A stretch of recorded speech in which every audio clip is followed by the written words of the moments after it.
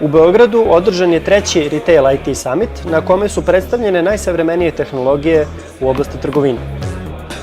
Retail Media organizuje Retail IT Summit već 3 godine, za sada u 3 zemlje, u Srbiji, Hrvatskoj i u Dubaju, okupljajući naravno svetski renomirane kompanije iz oblasti informacionih tehnologija za trgovinu.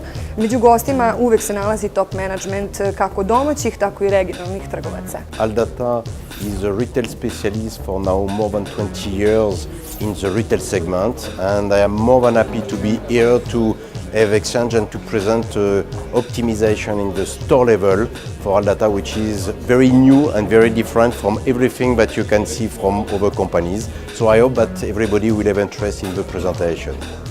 Moram priznati da sam ove godine jako iznenađen količinom i odzivom kompetentnosti i kompetentnih kolega koji su se okupili na trećem Srpskom Retail IT Summitu. Napomenimo samo neke od firmi kao što su LS Data, kao što su Aldata, kao što su Servis Plus naravno.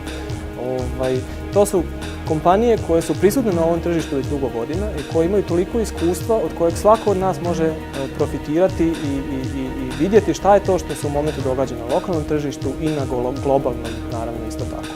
Posebno bih istaknio kolege koje su iz IKEA i iz Gavrilovića danas prisutne ovdje i daju nam uvid u real life, znači stvaran život jednog trgovca, ne teorije, nego zbilja ono što se zbilja događa na strani IT-a. Smatram ovu prezentaciju kao cjelokupan event zanimljiv, zato jer imate viđenje sa jedne strane vendora, ponuđača rješenja, a sa druge strane imate korisnika koji zapravo na samoj implementaciji vam kaže zapravo kako su te prezentacijski slajdovi samih vendora zapravo implementirani, koje greške su se naišle i zapravo neke lessons learned koji prenosimo na same korisnike.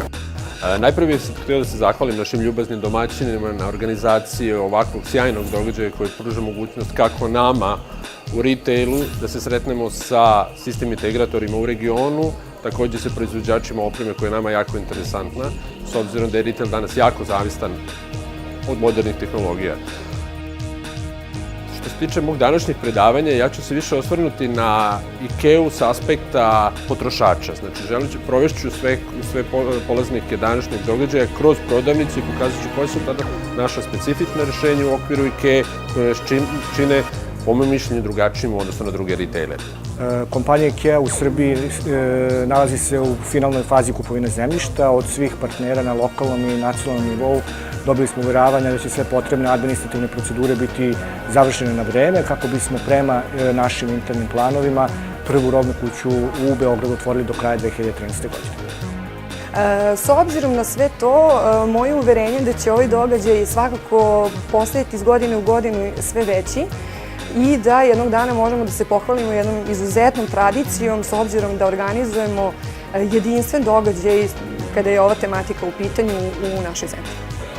Naredni skup biće održan u Zagrebu u oktobru mesecu.